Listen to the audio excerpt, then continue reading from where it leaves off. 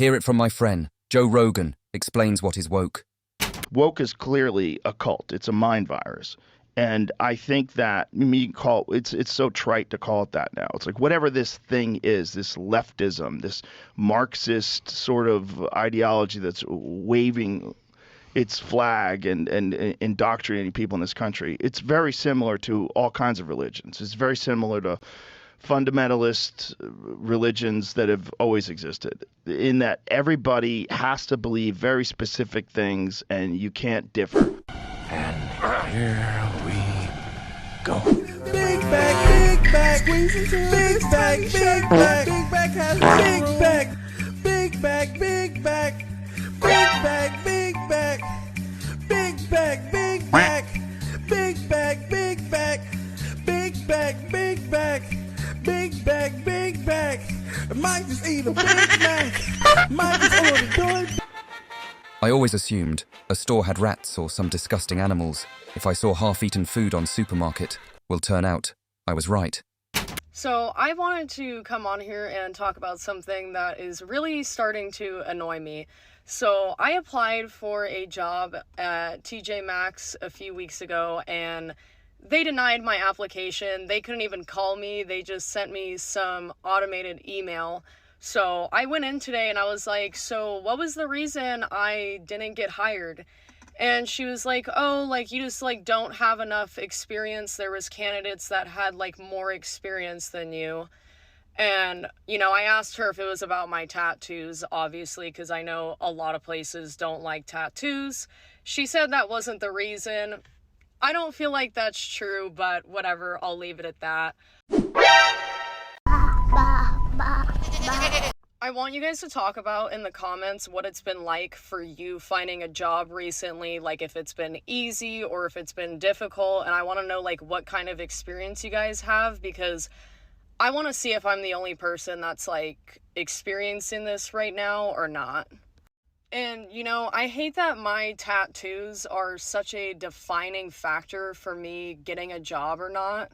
Like, just because I have tattoos doesn't mean I'm not gonna be a good worker. Like, I do not understand that. So I walk in, and this older guy is at a desk, and he looks me up and down, and I go, hi, I'm, full name, I'm here for the interview. And he goes, your full name? And I go, yep, that's me. He seemed a little disappointed for some reason, but I was trying to keep it cheerful and, see if I still have my chance, I guess. But no, it turns out all of a sudden he actually hired someone and had this whole elaborate backstory for this person that he supposedly just hired and is giving a try. But if that elaborate, totally real person doesn't work out, guess who's getting a call? That's right, me. It's true. Look can be deceptive. Similarly, perception is also truth, and you are providing negative energy on those areas because it's so unusual to see such aggressive piercing and tattoo in your face. Now let's see some woke, mind virus of this generation. Impossible!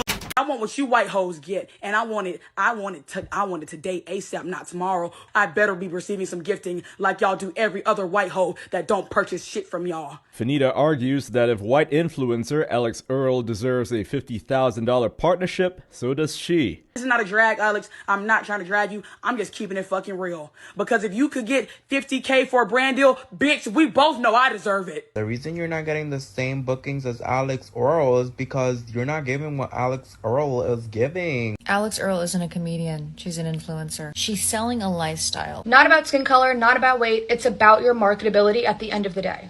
I'm saying that as a white person, you uphold a system of racism by literally just being white.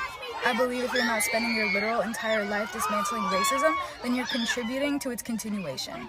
And people get so like, whenever like I say like people are racist, like why is it such a big fucking deal? Like, yes, you're racist. Like, okay, we've established that. Now what are you gonna do to change it? Racism refers to power and race. If you are the powerful race in a society, then you're fucking racist. Like, I just don't understand why it's so taboo. Let's talk about it. Let's accept it so that we can work towards changing it. We're never gonna get anywhere if people won't just fucking acknowledge it in the first place.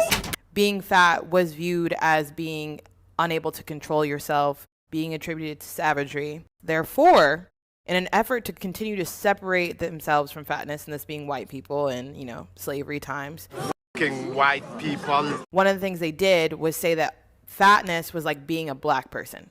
What the hell are you talking about? And this is like in the most layman's terms possible. that means that the whole point of it is to be away from blackness and to make blackness seem like it's a lower tier thing to be. I hope that made sense. Have a great day. What do you think of that? No, the only thing makes sense is nothing makes sense from woke people mouth. If men can walk around the streets without a shirt on, I think women should have every right to do so. There's honestly no difference. It is just a set of nipples. What do you mean you don't have a boyfriend? You're so pretty. What do you mean you have 0 men in your phone? What do you mean you've gone 8 months without... What do you mean? That makes no sense. Yeah, well, combine pretty with intelligent, strong, successful, slaying at life, you've got a very terrifying woman on your hands. A very not easy woman on your hands, right? Men don't like that. Men do not like me. Men are very, very terrified of me. And the men who do like me, the ones that are attracted to me, are unavailable. What? What? What? What? Men who are in relationships actively. And uggo weirdos. Because at the end of the day, I am merely just a fantasy. I am not a real human because of the pretty and scary. So yes, babe, I'm alone. I'm very, very, very, very, very single. I can't breathe. I can't breathe. I can't breathe. I can't breathe. I can't breathe. I can't breathe. I can't breathe. Shut up! I wonder, is this really social media, and so on, coming together and creating this culture war, and turning this generation inactivist, and thus, having an urge to defeat the other side is insane. What's your biggest turnoff in guys? Probably when they don't work out.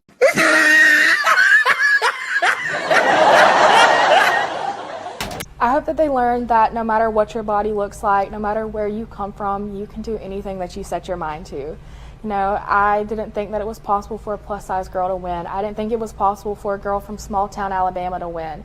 Getting that win took a lot of hard work. I worked literally every single day for 365 days. There wasn't a day that I wasn't practicing my on-stage speech or my introduction, interview.